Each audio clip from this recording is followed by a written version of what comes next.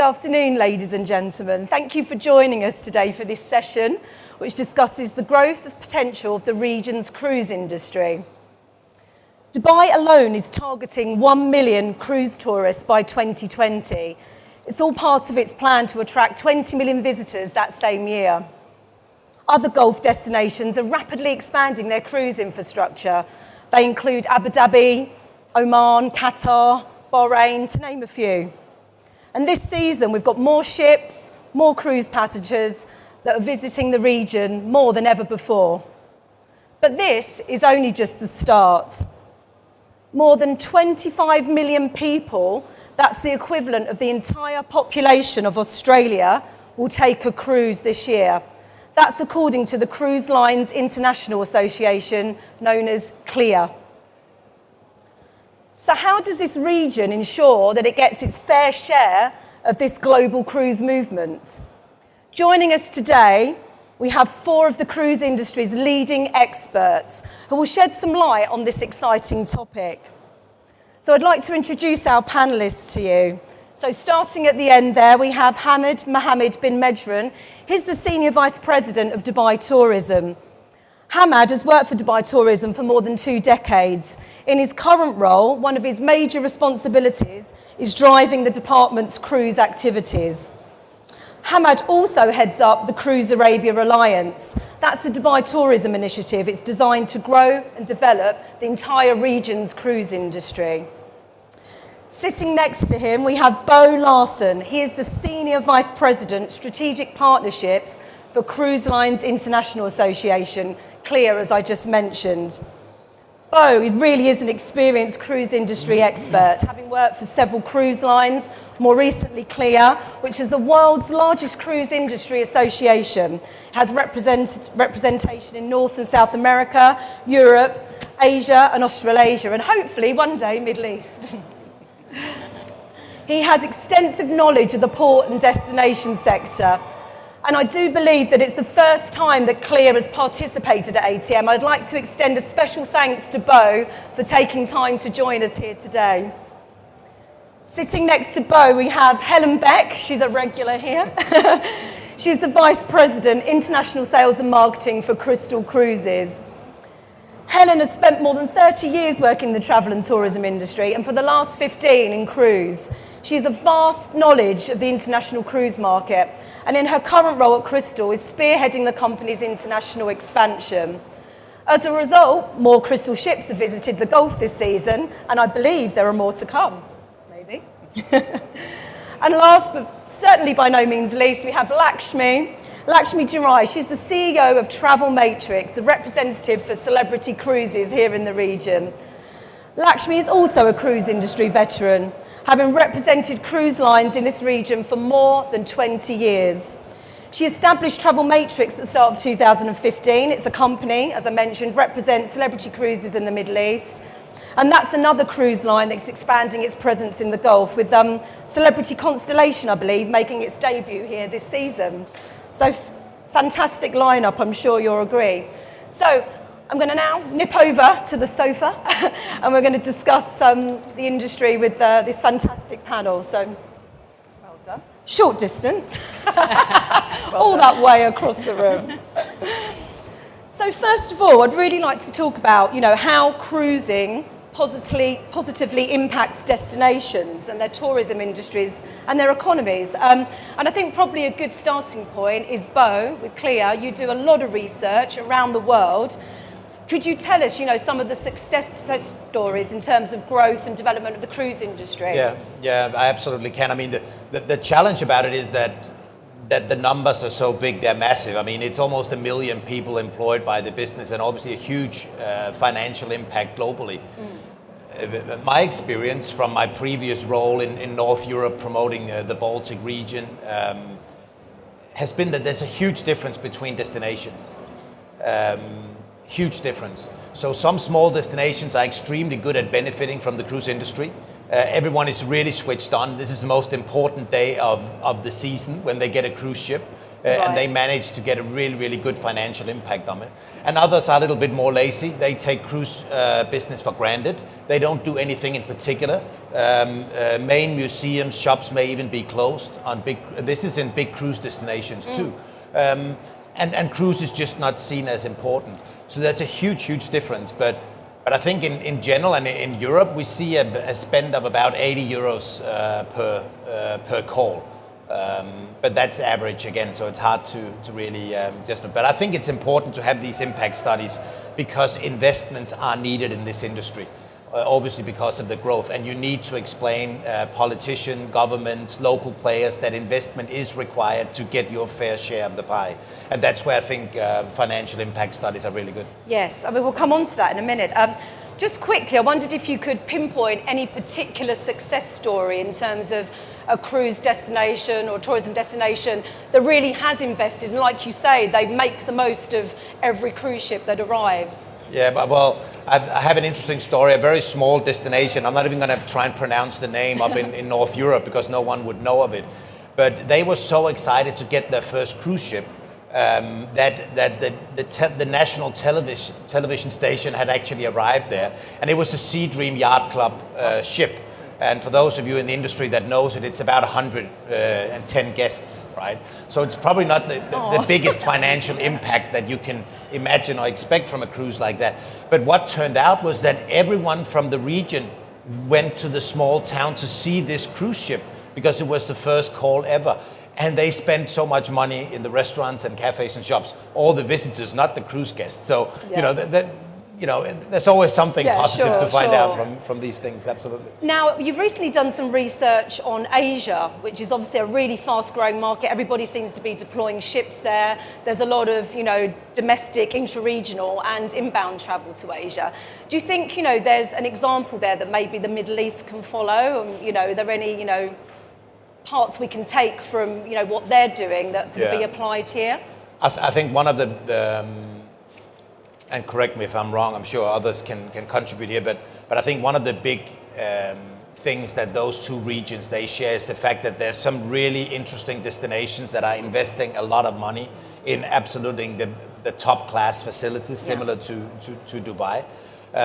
But what's really important for the industry is that there's more destinations, that there's more choice, that the other destinations, the smaller ones, the more unknown ones are developing. So other cruise lines like Crystal can maybe get that special treatment in one of those destinations, unlike the big, massive cruise terminals that are not always needed in this industry. And I think that's something that those regions has in common. Okay. Thank you. Just to build on what Bo's saying, I think also one of the differences out of the Asian market is the focus on building local cruising, because really it's the drive market there from. I think around Shanghai, you've got a source market of about 120 million or something. It's a crazy number. And I think that's one of the critical differences for the GCC, for growing in cruising as a concept, is we as cruise lines haven't been successful in driving local cruising.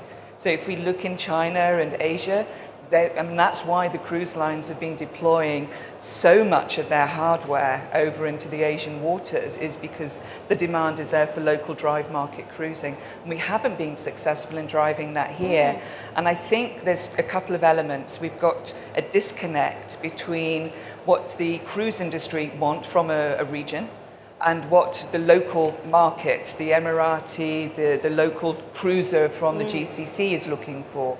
So just to put that into context, I think what the local cruiser here is after is probably a 3 or 4 night duration on one of the big glitzy ships that carries 6,000 guests, and that's what they would love to cruise on. For the cruise industry, we don't want to bring our big glitzy 6,000 passenger ships here because the market's not ready. And if we do 3 and 4 night cruises, with the best will in the world, the region's not going to fill them for us. It's not going to be profitable because most of our decisions are driven by the bottom line. We need to be making money. So we have this disconnect in specifically, I would say, the GCC between what the local cruiser potentially is thinking of and what we're able to deliver as the cruise line. And not one of us in the cruise lines, I think, has yet been successful in bridging that gap. And if I think back into my previous company, I think our sourcing was less than 10% from the local region. Right. And Yeah. yeah. I was going to say, I think both Hamad and Lakshmi can comment. So Hamad first, I mean, there's a couple of points there talking about impact reports, both for Dubai and regional, and also what Helen just touched upon about, you know, the local source market. Can we talk about that first, you know, in terms of your strategy and your source markets? I don't know, the microphone is working? Yep. We'll ramp it up. Well, to elaborate on what Helen said, cruise tourism in the region is relatively new in the area. But we in Dubai, we have been promoting it since the late 90s, so it's not new for us, but it's new in the region. When we talk about the regional market, there are two aspects.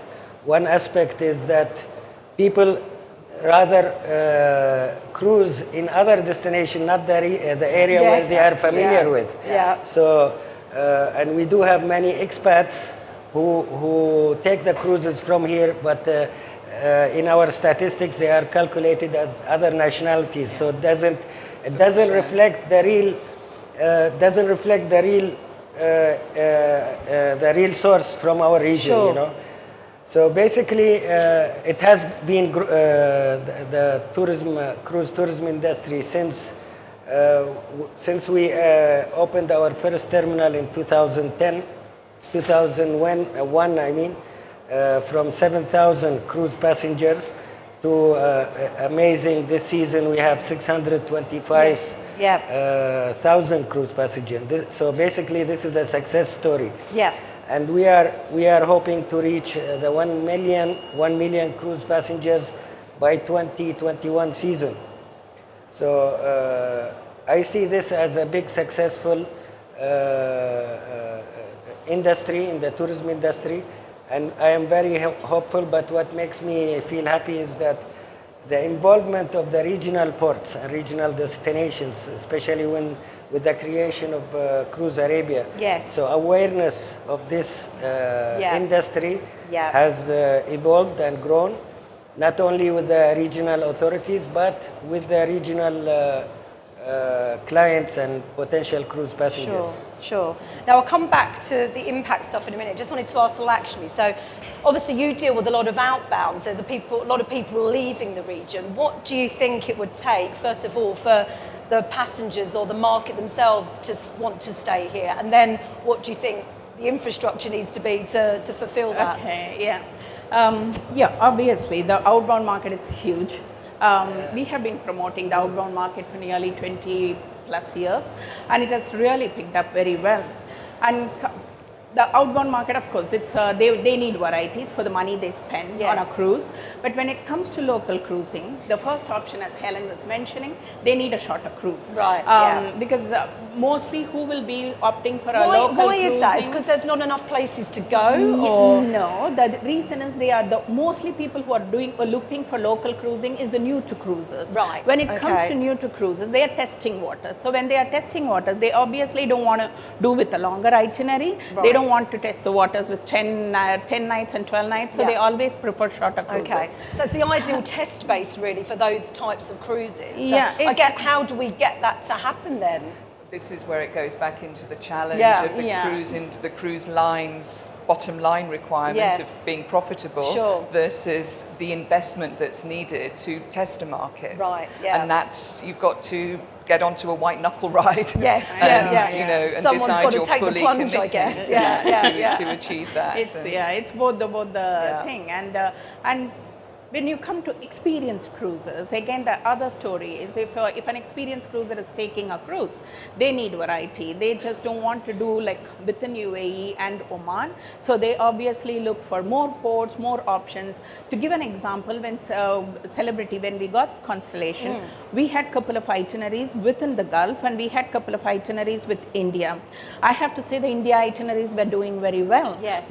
Not because it's India, just because people need variety. ITs. They just don't want to call into 1 or 2 ports. So we have a lot of opportunities. If other Gulf countries like Qatar and Oman is already there in the picture, if we have Bahrain, and if we can build a very nice 7-night itinerary with more port options, I'm sure that can help increasing the local sourcing, because while people like local sourcing people, they just don't want to see Oman and UAE. Yeah, because they've probably been there already. Yeah, Exactly. And where are you finding the source markets are coming from for Celebrity Constellation, for example? Where's the majority? Is it from Europe or? From we had even guests coming from US. We had a good percentage. From I think closer to 20% was from the North America, and we had of course good sourcing from Europe as well. And we had a good combination of Asians, the Chinese and Indians so coming broad, as well. Yeah, it's quite broad. Yeah, quite broad. And we had a small percentage of local sourcing as well. Yeah, that's small. That's smaller portion. Yeah. Now, Hamad, Bo was mentioning about how collaboration between Cruise Arabia partners is pretty vital in this, talking about developing ports but doing it together. So there's more of a proposition there. How far have you got with Cruise Arabia in terms of really emphasising how investment is important, and also, as Bo mentioned, a proper regional impact report to spur these people along why they need to invest, because the economic impact is big. So Dubai is the leader in the region in terms of tourism as a whole. So we are also the obvious hub in the region for the cruise tourism industry. Cruise Arabia Alliance has been quite young, 3 years old. Yep. But the results are obvious. Now investments from destinations like Abu Dhabi, Doha, Qatar, Muscat, they are all investing and committing and spending a lot of money to accommodate this growing business in the area. Abu Dhabi has recently added a fantastic destination, which is Sir Banias, which is the cruise first beach, the cruise beach in Abu Dhabi. Yeah, so it's the first beach. So that's unique, isn't that's it? Unique. And for you guys, even though obviously a competing destination, if it brings more ships that are going to come to Dubai and the other ports, that's got to be a good thing. Yeah, I would like to say we are not competing the cruise industry. We are working together. We complement each other, and we consider our region as one. So it's. The better services in Fujairah and Muscat is the better for the cruise industry. Exactly, yeah. And the whole region benefits. Okay. So do you have plans to do a regional impact report? Well, what do you mean? Well, we're talking about the economic impact of the cruise industry. Every destination seems to do their own one. I think Oxford Economics, for example, just did one with Abu Dhabi to talk about the projected figures and, spend and GDP contribution, for example. But obviously going forward, if you're talking about, great relationships between all the major cruise partners, surely it would be a good idea to do a report that showed the benefit to the entire region and worked out numbers. I mean, Bo, how does it work? What do you need to know as an industry to take that forward? Is it numbers going into each port? Well, first of all, you need to figure out, and I think that's the role of Cruise Arabia, as you just pointed out, you need to figure out who's going to do the impact study. Yeah. Because I've seen local destinations do it from the local business school, from the university, and you look at apples and you look at bananas, and it doesn't make any sense at all. Who needs to do it then? Well, it needs to be conducted by someone who has experience in the industry, and you need to get access to the ships. Sure. Obviously, you can be on the quay side and ask guests, how much did you spend, what did you spend it on, all the rest of it. Yep. But if you get it on board the ship in collaboration with the cruise lines, it's a lot easier and it's a lot smoother process as well. And does Clear do that? Can Clear? We conduct a lot of the studies around the world in collaboration with the different destinations. Okay, you guys should talk. Yeah, we do. There you go. Easy. Job done. Yeah, we did a study before with Oxford Economics. Yes, yeah. And it gave us a nice, clear impact on economy. So. And was that regional?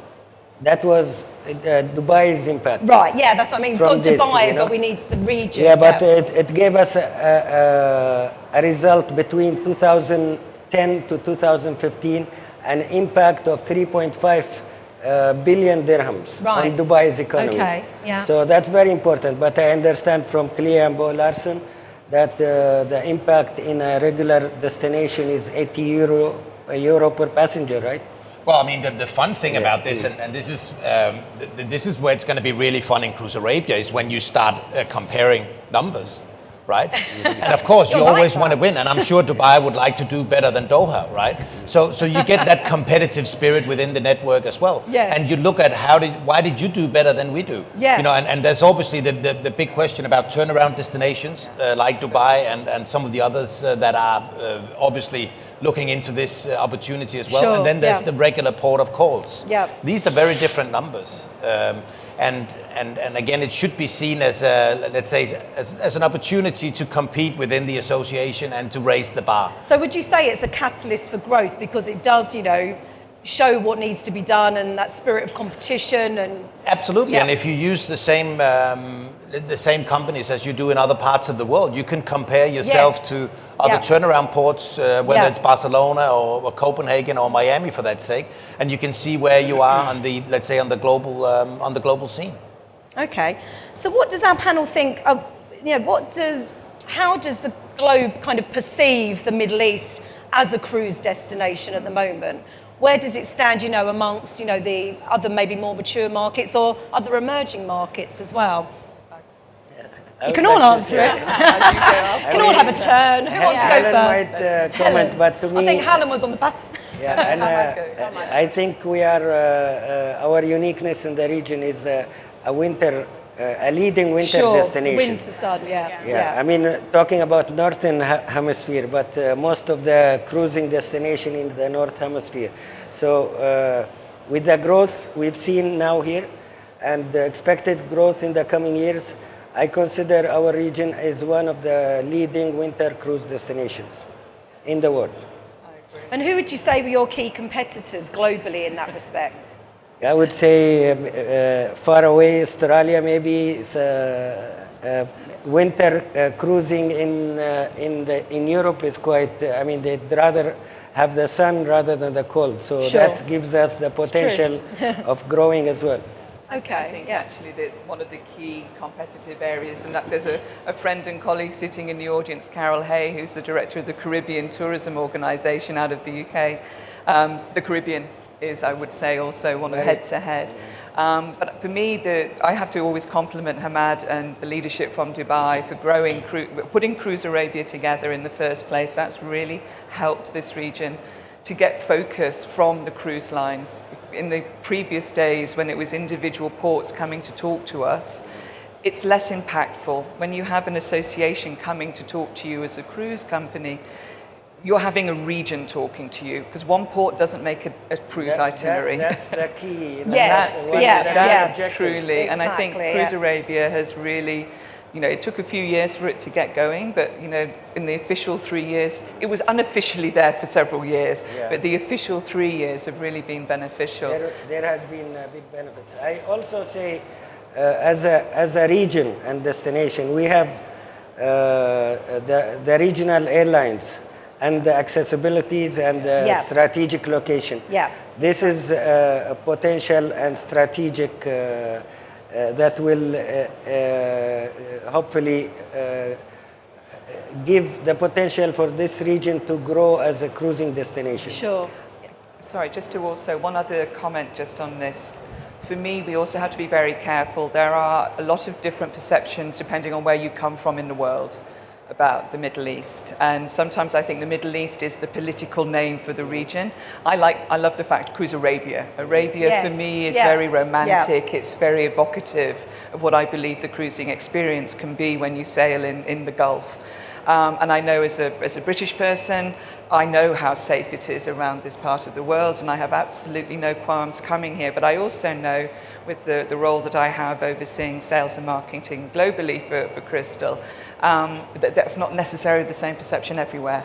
And I look to my North America colleagues, yeah. and sometimes they're a little nervous. Sometimes, mostly genuinely, forgive me for any American friends in the audience, possibly for lack of knowledge and education and geography, and sort of not realizing that where there's areas of conflict is not actually next door Yes, to where yeah. where you are. That's right. But I think that colours the perceptions Sure. as well. And I think, again, this is where Cruise Arabia and all of the governmental activities from around the region are critical in reinforcing the safety and security aspect around here. So that So you to me think is the, very the important. Arabia aspect should really be I promoted, think so, and, you know, for with the me, whole hospitality and, the, like you say, the mysticism and everything that goes with yes, it. Yeah. I think we are not only in the cruise industry, but as the tourism as a whole.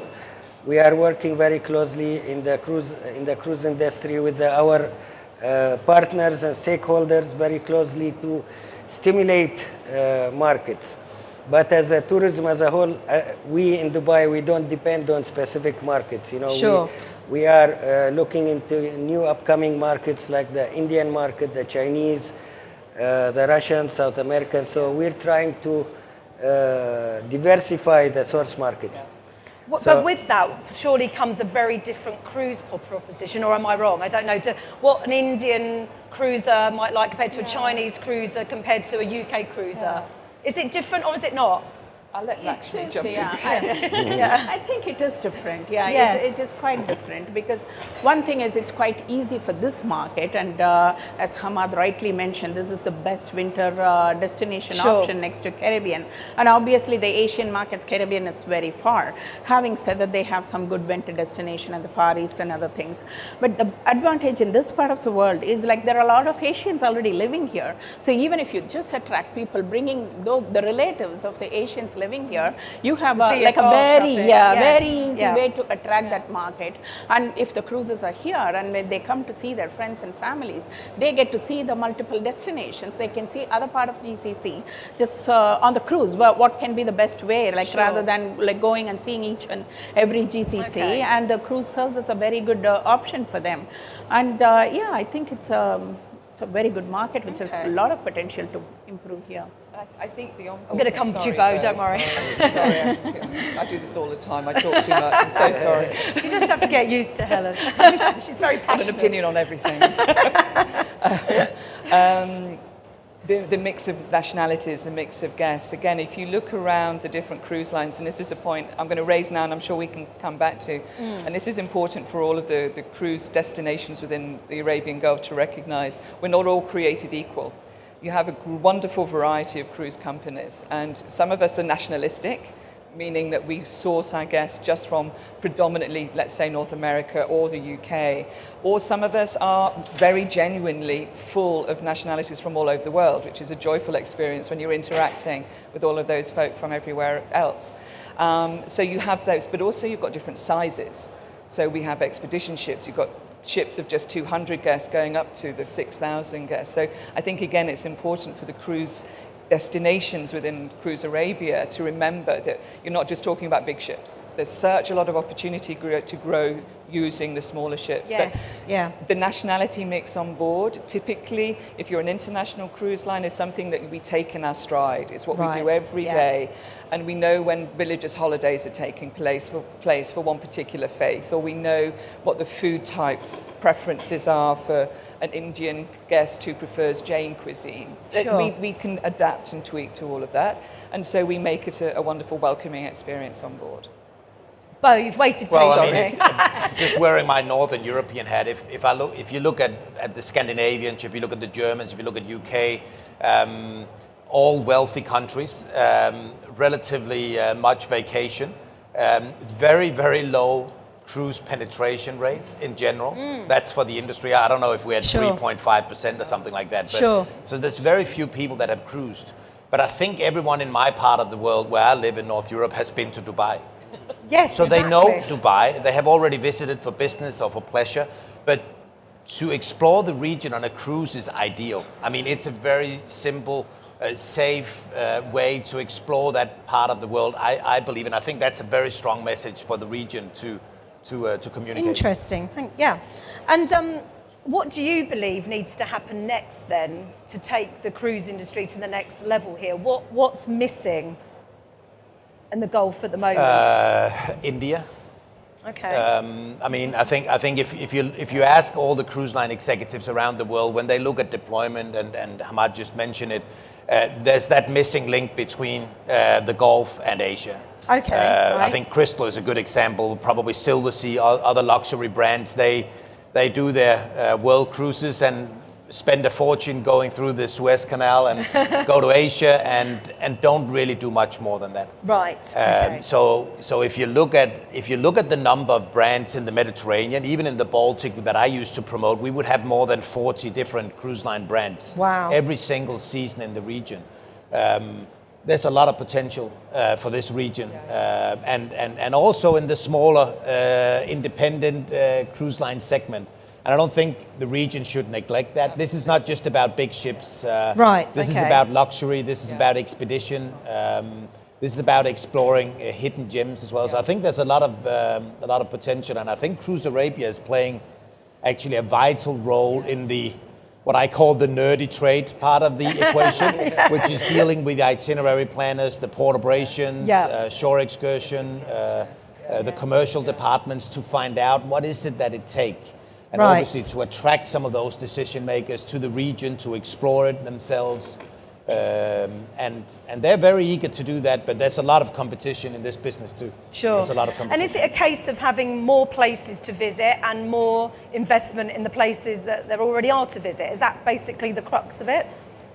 I think it is, but also it's not. It sounds nuts what I'm going to say next to some degree. It's not over-investing. Sometimes I think, because Dubai's done such a brilliant job of, the cruise terminal here is outstanding. The development of tourism here, full stop, is a sort of a study for the rest of the world. But it's a role of how model, you really, grow. isn't it? Absolutely. It's a benchmark. But you don't necessarily want Dubai everywhere you go with the kindest of intentions. So you want something to stay unique and authentic to its roots, so to speak. So I'm going to speak for Crystal. We have our vessels take just under 1,000 guests, and we go to a myriad number of ports. We go to what we call marquee ports, obviously Dubai, Rome, Venice, etc. But we also like to find lots of small, relatively undeveloped, undiscovered ports, because we're blessed to have a portfolio or a database of very, very loyal guests who sail with us regularly every year. If we go to the same ports every year, we're going to lose them. We need to keep them interested. So we want to find these undiscovered little gems who have got enough infrastructure. We're pretty capable, we're pretty resourceful in the cruise industry to manage with things that aren't exactly 100% perfect. Sure. But we want an authentic, genuine welcome from that particular port, and so then those guests will potentially come back on their own. Sure. That's the joy of cruising. You're getting a taste of these different experiences. Is that what you find, Lakshmi? But Helen's point of repeat guests, we have a very high percentage of repeat guests as well. We always have year on year, 40% of our guests are repeat guests. 40%. When the repeat guests are coming, they definitely need varieties. They are going to come to the region. They will repeat the region, but they don't want to do the same itinerary again. So they need, again, I'm coming to my first point of we need more ports, more developed, more destination options. So if we have multiple itineraries, if a guest is taking a cruise from here to Europe, maybe this year they do the Barcelona, the next year they do the Northern Europe, the next year they do the one out of Venice. Sure. So the same way we need in the region plenty of options. They have different options to service these repeat guests. Repeat guests are fabulous, actually. So you just sell once and then they come back to you again and again. And and what about how important is the offering in destination? So say you're still visiting the same ports, but obviously Dubai is developing new infrastructure all the time. You've got the new theme parks, and every other destination in the region has new things opening all the time. So do you think that has some importance? It's not like when you go to somewhere like Barcelona, it's pretty much the same every time you go. When you go to Dubai, you come back 2 weeks later and there's something else that's popped up. It's a really good point. And again, at Crystal, using us as an example, we're just in the process of restructuring our shore excursions, our land programs, and we're putting them into what we call 5 buckets for very simplistic explanation. And we're putting theme to each of those. So one is tantalizing gastronomy. One is exhilarating adventures. One is personal connections, and I can't for the life of me think of the fourth one. The fifth one Don't is whatever. The fifth one is design your own. And so under each of those buckets, we're putting a different selections. Some will be family friendly, sort of kids focused. Some will be more mature market, Right. In a sense. Some will be in between. So there's basically, we're trying to create something under those themes that will appeal to every guest mix that we have on board. And then the final bucket, the design your own, basically is saying, if we haven't put something together that you want to do, tell us what it is and we'll create it for Right. you. Yeah. Yeah. So if you wanted to always go, I don't know, heli flying off someplace over Alaska and we're not doing it, we'll make that happen. There'll be a cost for it, of course, Yeah. but we'll do that. So, for you. example, you So- can have Arabia for adventure, Yeah, Arabia for exactly, romance, so yeah, exactly. Arabia for families. But I think that's where the problem is, and I know it because I've been in it in another part of the world, is you need to have a regional approach to it, also to the themes. Yeah. Because you don't Yeah. want, Jeep safaring being number one in all 5, 6, 7 destinations. Right? Yeah, we don't want to go on the desert safari everywhere. You No. got to come up with something different. And I think that the shore excursion programs continue to be very important for, and maybe even more important for some of the luxury brands, because they don't make the same revenue on Sure. board as the big ships Yes, they do, and yeah, casinos and alcohol and all the rest of it. So the shore excursion program is a vital part of the guest experience. Sure. And you only have 7-8 hours normally. Yeah, yeah. So it's a very small time frame to do this. And I think the critical point where this region is in is the fact that, yes, it's growing, and it's growing very fast, but you need to keep the guides busy in some of the smaller destinations in the region too. Yeah. Because Yeah. you are competing on the resources when it comes to, let's say, the best guide experiences and the authentic. Yeah. I think you mentioned the Absolutely, word yeah. authentic, Yes. which is very important, Yes, because yeah. I think a lot of the guides in this part of the region is probably expats too. So how do you get a good ambassador for Oman or Doha and all the rest of it Yes. to give the international guests that unique experience? have the real and how local does that flavour. match with the next Yeah. destination that they Yeah. visit as well, so it's not repeated? Absolutely. Yeah. I think that's something that's really challenging and interesting yeah. to work with. Hamad, I mean, what kind of work in Cruise Arabia are you doing, to talk about itineraries and themes and this kind of thing, to take it to the levels we're talking about?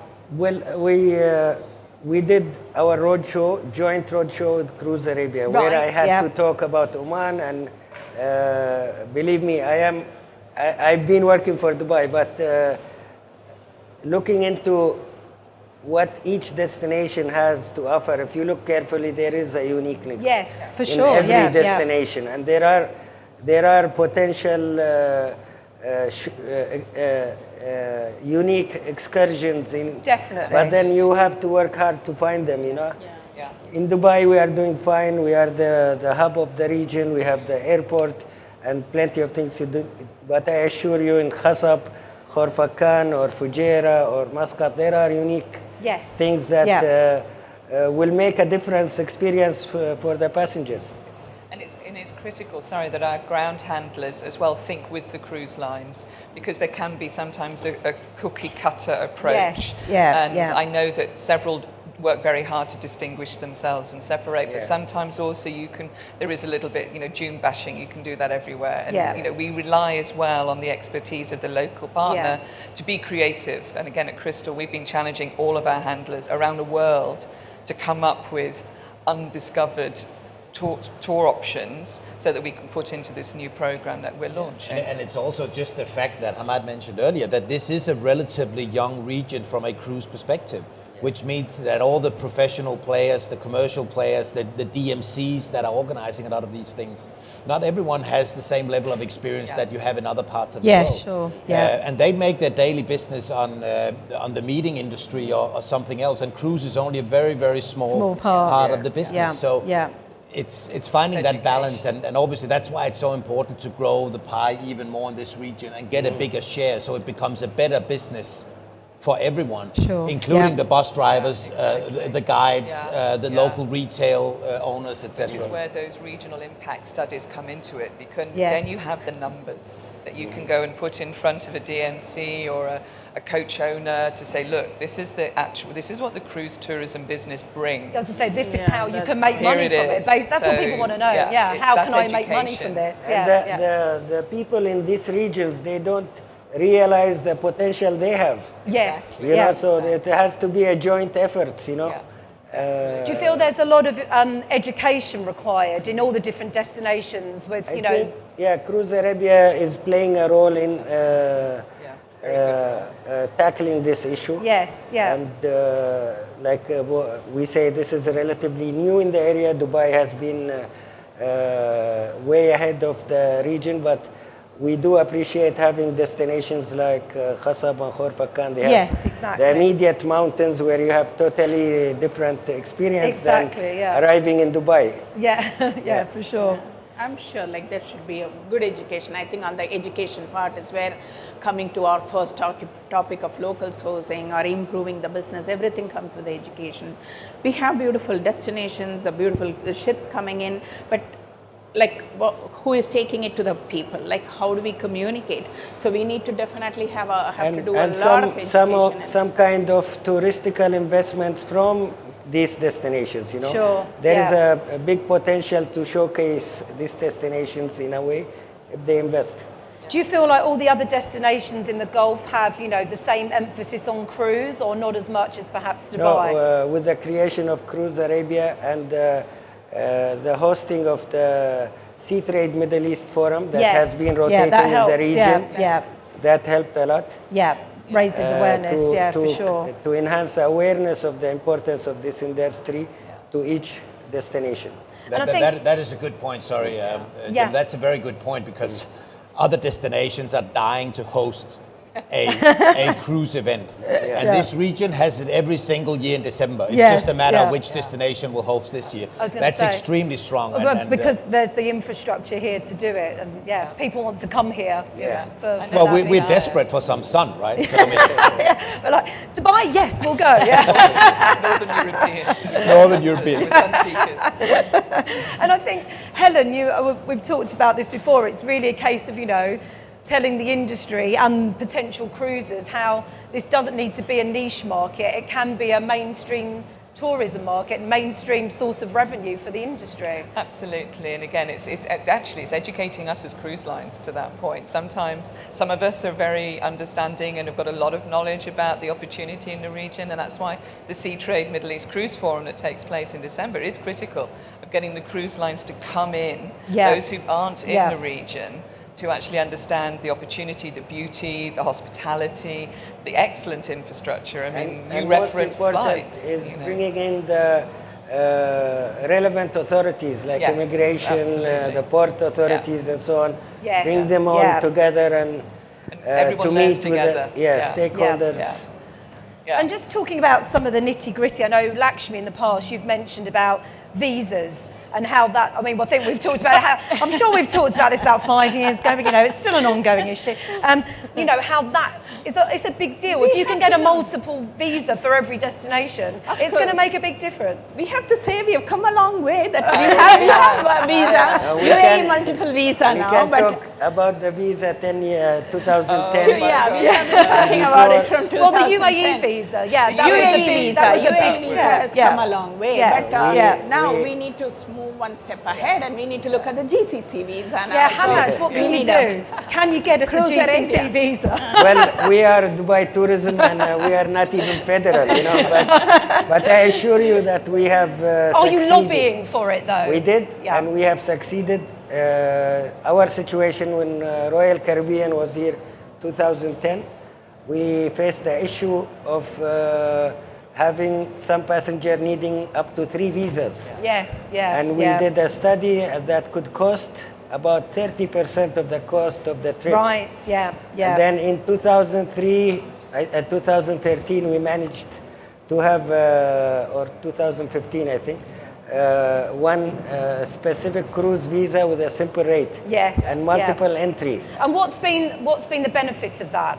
I mean, how has it transformed the industry? Well, I mean, obviously the Well, passenger numbers. since that year till now, things changed. Yes. So now we're having Chinese not needing visas, Yeah, and Russian. and Yeah. Russians Yeah. and the Indians are in the process. Exactly, yeah. So But this is also a very, very long-term discussion, and it's extremely Yes. political and all the rest of it. Of It's course, important yeah. that it's on the agenda. But And- it would make a big difference. Again, if you had the economic impact report, you could include that, you know, the impact of But- the visa situation. But what's Yeah. even more important short-term for this industry, and those port agents that are in the room today will probably recognize this, is immigration procedures. Yes, yeah. Because one thing is that, I mean, the visa issue, at least you know that on behalf of your guest by the time you get to the country, and you know there's some paperwork that needs to be done. But the immigration procedures and all of a sudden having to do face check with short notice, this is what doesn't work for the cruise industry. Yeah. I mean, a smooth operation when you only have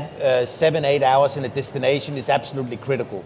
Yeah. You know, the fact today that there was a queue outside here and getting into this venue, and you know what, it's okay, it's a 3-4 day event. Yes. But for a cruise guest that needs to go to that museum, Yeah. And then it's less at 10 money o'clock, spent there as well. Yeah. it doesn't work. And I think that's probably also something that's important for the region to look at, is how to make sure that procedures are better aligned, and maybe even at one point of contact from a regional perspective to deal with these things, because the cruise lines are spending a lot of time and port agents and CLIA to go to different authorities and, you know, to deal with these things, and it's so time consuming. Yes, and it's not giving the region really the recognition that it deserves. You want to be seen as efficient and streamlined and easy to deal with. Yeah. But I assure all our partners that we're putting all our efforts.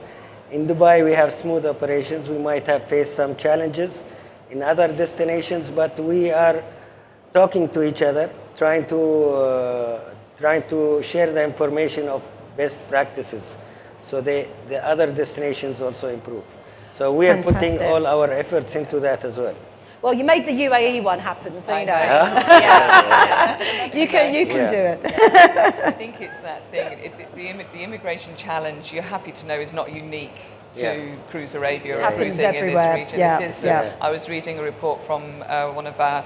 We have after every voyage, there's a hotel director's report, and you read them to see what's been going on. And I'm not going to name the port, but it was in Asia, where the immigration queues had such an impact. It caused such a level of dissatisfaction for our guests that we're considering not going back to that port again. Oh, right. So it can be detrimental. It really can be detrimental, yeah. and it's a part of the world which our guests want to go and see. But we potentially will not repeat that until we get an assurance that that will be taken care of. So it is very important. So it's great to know it continues. Visa is always going to be on everybody's radar at some point. Yeah, but I'm very happy where we were and where we are today. Yes, there's a lot of progress. Yeah. And I think Qatar's recently introduced a cruise visa. So there is. I think they implemented no visa for cruise passengers. That's right. Yeah. So I think Oman is already taken care of. UAE is taken care of. Qatar. So it is certain, and Bahrain I think is improved for sure. as well. So there is an awful lot of progress. I think this is a very important issue that we faced, and seeing that positive development, that will be positive for the industry in the region. I think to Helen's point, the challenge of this industry compared to other segments in tourism is that the decision is made maybe 2 years in advance. Yeah. Okay. So if there's not a good perception or a good feeling or trust or whatever it is, consistency from a cruise line decision maker, they might skip it one season, and then you have to work hard to get it back. Yeah, right? you've got to get it back. And that's why whatever happens in the region is important to Oman and Dubai, because it's impacting their business as well. That's right. Yeah. And that's where this industry is very different and also so interesting. Yes. So, We're on sale until the end of 2019 already, just so you know, for this late booking market. We're already open and on sale. We're coming towards the end of the session, so I'd like to open the floor to questions, if that's okay with our panellists. Does anyone have any questions for our panel? Must have some questions, surely. We've answered everything. Oh, brilliant. Could we have the microphone at the front here? If you could introduce your name and your company, that would be really useful. Thank you. Thank you. My name is Spiridon Kahwari. I work in the communication for Expo 2020. Oh, great. Definitely, Dubai is expecting around 25 million visitors in that year for that event alone. So how do you think that your industry would be influencing the visitors coming, and how much Expo 2020 can be a trigger to get into your itinerary to promote the destination? Interesting question. Is that directed at anyone in particular? I think everybody can. Okay, everyone will have a go. I don't. Come on, nodding, Helen. I'm nodding. Brilliant question, and thank you Really for good raising question, thank you. Expo 2020.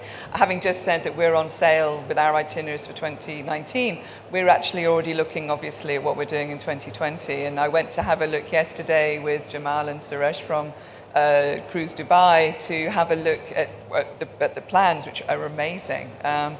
And so I'm going to take that back into our itinerary planners to say we need to build this, not just our itinerary planners, but also obviously our land programmers, as to saying what can we do and how, and then come back to you guys to say, right, how can we partner? And how also, given that we're sitting in the ultra luxury space as Crystal Cruises, how can we make this something as an exclusive? So I'd already start to encourage you to work as the Expo team for making those unique experiences available as well for those. We have happily the customers who will pay. You know, we're not looking for complimentary. Well, complimentary would be lovely, of course, but but you know that we know that there'll be a price tag. But you know, we would love to include some elements of Expo 2020 in what we're doing. So, and I think it will, from a sales perspective, the eyes of the world will be on this part of the world. So it behooves us to include Expo 2020 in our discussions and in our sales activities, and to some degree marketing activities of when we're talking about the region to come. Lakshmi, what do you think from... Yeah, definitely. Our cruise line will be, we are already committed for this coming season, and we are not committed till 19th, but at least we are there till 18th. So we are coming for the next winter season as well. And Expo 2020 is, I think it's a global topic now. Everybody is very much looking forward to it. And definitely we will be having a discussion on how differently we can do the itineraries and how we could leverage on the Expo 2020, which is here with the cruise, and people get to experience the cruise also who are visiting here. So it will be definitely a topic, and unfortunately I don't have much of information at this time that what we are going to do, but that's definitely an important topic. Do you think we could have, you know, Expo visits as part of the itinerary, perhaps, as a short excursion? Definitely. Yeah, as we were saying, that's the best part to see the whole of GCC. When people are coming here for Expo 2020, of course, they spend a good long time here, and cruise will be a very good option for them to experience other part of GCC as well. Hamad, what are you guys going to do at Dubai Tourism to get people cruising as well as going to Expo and I am wearing the cap of Dubai Tourism, you know. It's another success story, you know. Dubai has been a successful story. We are very proud, and looking forward to having Expo 2020. It will not only impact the cruise industry, but it will have impact locally in the country and regionally. So we are very excited about it. It will have a huge impact, which will also include the cruise industry. Right. Will cruise feature in your, you know, campaigns that you have around then? Yeah, we are all working, not only Dubai Tourism, but all departments are working toward ensuring a unique and very successful Expo 2020. Okay. And Bo, I guess you're hoping that Sea Trade will be in Dubai, so around the Expo, so you can... No, I mean, it's a great question, but I just decided to look at it from a different angle, because these guys know more about Expo, and it's the fact that events are absolutely important for all destinations. Yeah, so not and just very Expo, often the cruise lines do not get the information in proper time. Okay. And sometimes an event can actually be a disadvantage too, because you don't necessarily want to compete with a big event in the city center of some, you know, but having that events calendar communicated well in advance is absolutely critical for all destinations around the world. And I guess not just social public events, but business events as well, because we're seeing more, you know, meetings at sea and that kind of thing too, aren't we? So the two can come together. Great. We've got time for one more question. Oh, they're all coming now. At the front here, we can have these two before we wind up. Yes, hello. My name is Andreas Kren. I am from Couple Trips, the blog. And I have a question for the two ladies.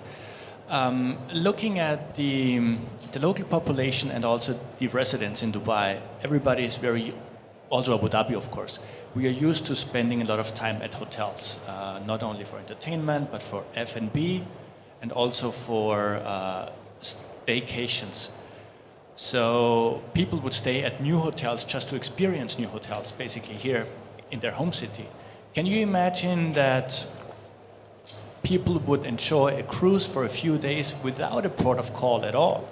So basically to take a round trip, experience the ship, enjoy the entertainment, and come back to Abu Dhabi or Dubai or wherever it is.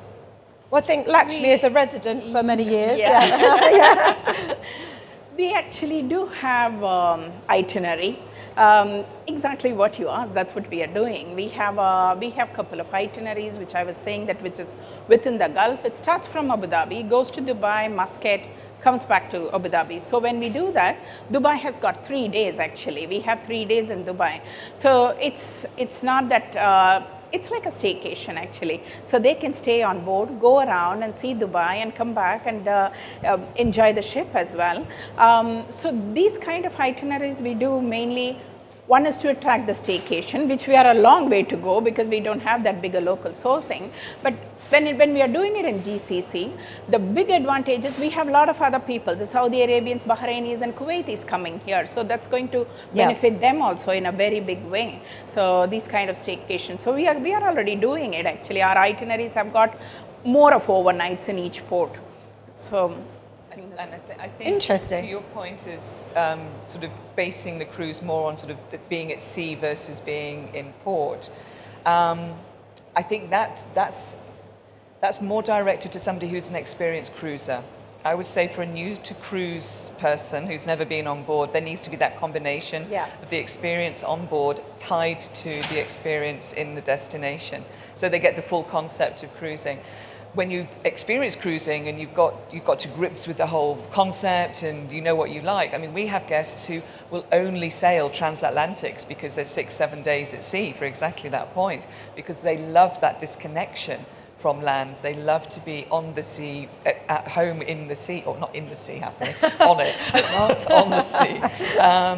So there is that, but I think for a new to cruise, for this sort of fledgling cruise market here, that it still is from an inbound and local cruising perspective, we're not ready for that just yet. But I guess it is there for the experienced cruiser. Maybe there's opportunities when ships are in port, you know, for like people to go and have a look around the ships and have, you know, like, you know, a meal on board, see the facilities, you know, little kind of days on board, like you would go to a hotel, go onto the cruise ship, go into the pool, go on the climbing wall or whatever you have. So we need to do the shorter cruises then again, But the last couple of years we have seen an increase in overnight stays in destinations too. Not from all brands, but from some brands.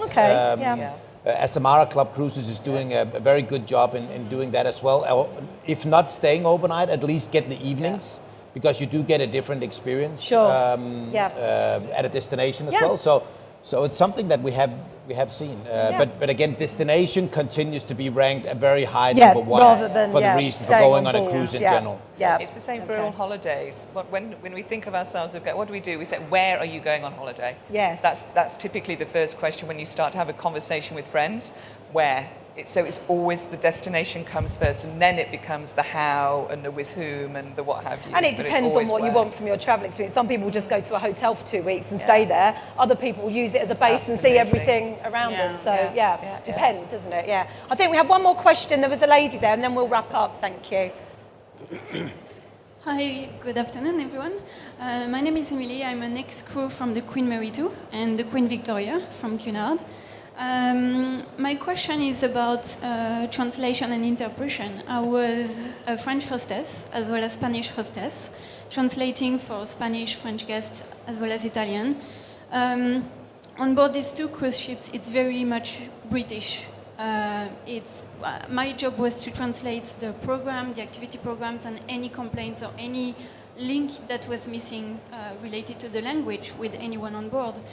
So do you think that here you've got, in the port and as well as in Dubai and Abu Dhabi, enough people to translate for them? So, Or is it something that you are thinking Do you of? mean on the ship, people? No, on the ship. Or, they or in can- destination? Yes, in Destination. destination. Oh, Because okay. On the ship, they can relate to the hostess or to the receptionist sometimes if the hostess So is it's more like the destination experience and would Well, having. if you had MSC cruises sitting up here, they would say no. Because if you bring Germans, Italians, Spanish guests to this region, guides, multilingual guides are missing in some parts of this region, definitely. I know that for a Hamad? fact. No, yeah, we do have a long established program for tour guides. Right. Multi-language languages tour Yeah, guides available at the disposal of the tour operators. Okay, yeah. So they are all certified from the Department of Tourism, Okay, licensed yeah. actually. And we have plenty of them.